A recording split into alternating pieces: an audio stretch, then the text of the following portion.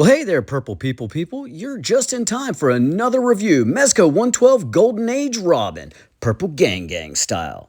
So, first and foremost, this is to go with the Mezco 112 Golden Age Batman. You know, obviously they pair well together, but hey, let's take a look at some box art. So we got the front, definitely a Golden Age shot. Then we got the back, shows the things that come with it. Sides, different shots of Robin, but hey, you want to look at a box, you want to look at some accessories. We have 1, 2, 3, 4 pairs of hands. That's right, we got fist hands, we got batarang holding hands, we got, I don't know, what are those, talk to the hand hands, and then we got casting fingers, spirit finger hands. You got a lot of different things you could do with these hands. Yeah, they have a purpose. They have a purpose, which we'll get to that. We'll get to that when we get to the effects. I promise I will get to the point. And so, without further ado, let's see. We got a punching effect as well as an impact effect that goes onto it. We got the batarang. We got the batarang spinning, or not batarang, rather the grappling hook spinning hand right there. He comes with 2 of each of these different batarangs. I just kept the extras in the box because they're little and they fall and they get lost. I don't want to lose them. I don't want to lose them today, folks. And then we've got his breathalyzer. Not his breathalyzer, joking. We got the bat cuffs, which this is how they open. They're pretty simple. Open and close, you can put those on different figures. I'll show you what they look like on Robin. His wrists are a little small for him. I definitely think it looks better on a beefier character, as you see here. But yeah, it clips right in. No problems, no worries. Easy stuff, right? And let's see, we got to take a look here at the little punch. It just goes right onto the punching fist, just clips right in there like so.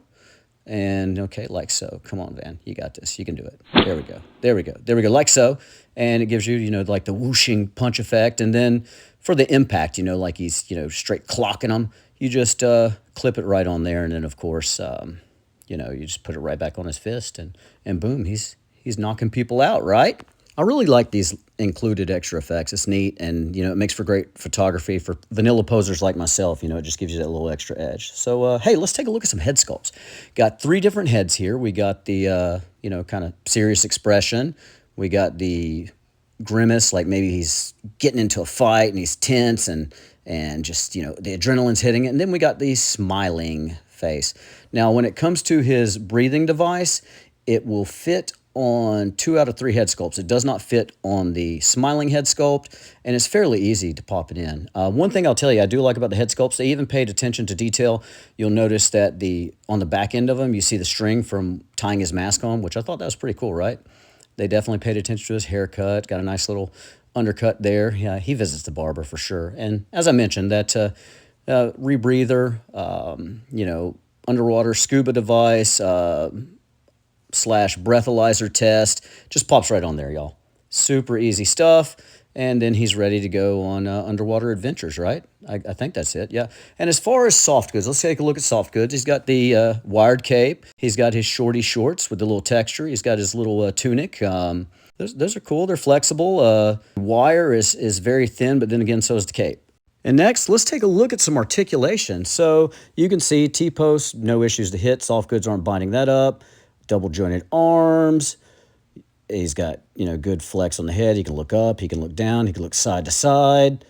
Double jointed legs. Well, I wonder, he's very limber. I wonder, can we possibly hit a complete split? I don't know that I've been able to do this with a Mezco, but there's his ab crunch. That actually, I was surprised he didn't go forward as much as I thought. But then again, as much as you can move him around, I don't necessarily think that's going to be an issue. And going back to that split, I want to give this a shot. Let's see if Robin can bust out with some Van Damme action. So, yeah, he definitely can. He definitely can hit the split. The only thing stopping it from staying is the ankle pivot. It looks to me on this ankle pivot that you've only got forward ankle pivot. There's no side-to-side action because of the cut of the boots, but, you know, hey, it is what it is, right? Let's take a look at some size comparisons. First and foremost, we've got Golden Age Robin against Carrie. Mafex Carrie, look at her. Yeah, she's teeny compared to him. You know, Japanese 1/12 scale versus American 1/12 scale for sure, but also she's a smaller figure. But hey, she holds her own. I really felt like she was a great Robin and did well for that story. And next up in size comparisons, why would we not show you the Mezco 112 Golden Age Batman that he's paired to go with? Now, I'll be honest with you. I feel like the Robin should be at least a foot shorter than Batman because of the age bracket for this one. But, you know, hey, we can't exactly expect them to redesign a buck every time they drop something different. And next up on the size comparisons, we've got Blue. That's right. We've got the Jurassic Park, I believe this is the Amber series, Blue. And, you know, they pair well together. They look like they're friends. Look, just got their arms around each other. I bet you this would make for an excellent Robin mount. Stick around to see if it happens, right? And so, yeah, they're friends. Nobody's eating anybody. And for another size comparison, we got some more Robins. Oh, we've got the Batman Who Laughs Jokerized Robins, and boy, oh boy, do these boys just fall in together, look like they're having a good old time. They're discussing things, you know, boy wonder stuff, tumbling, BDSM, and all sorts of stuff that you do when you're a Robin, right? And so, yeah, you know I can't bring in a figure without introducing them to the fam. There's the Toy Forge van. We got Glio's Richard Simmons. We got the Darla Ackerman Dragon. And Robin, of course, he got our Purple Gang Gang heart. And now for my final thoughts. I will tell you the figure initially, out of the box, he felt like he would be fragile. He's posable. He moves around quite a bit. Ooh, look back at it, Robin. All in all, good figure. I like the way he moves. I like the way Robin moves. He's flexible. He's doing his things. You're going to be able to hit a lot of great poses with him. The head sculpts are great. Soft goods, while they're minimal, I mean, it's classic Golden Age Robin. I mean, he's not going to have a lot of clothing, is he?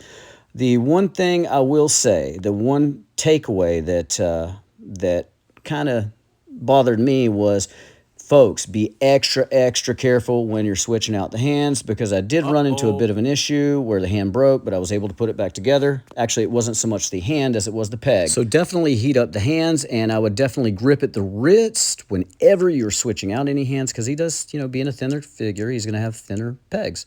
All that being said, I still enjoyed it. For any Batman fan, you got to have this Robin. So he definitely gets the Purple Gang Gang seal of approval. Speaking of Purple Gang Gang and seal of approval, did you know we have a live stream every Saturday night at 9 p.m. where we talk toys, art, we have guests, shenanigans, and all sorts of fun stuff? Hey, Jordan, tell them who we are. Purple Gang Gang.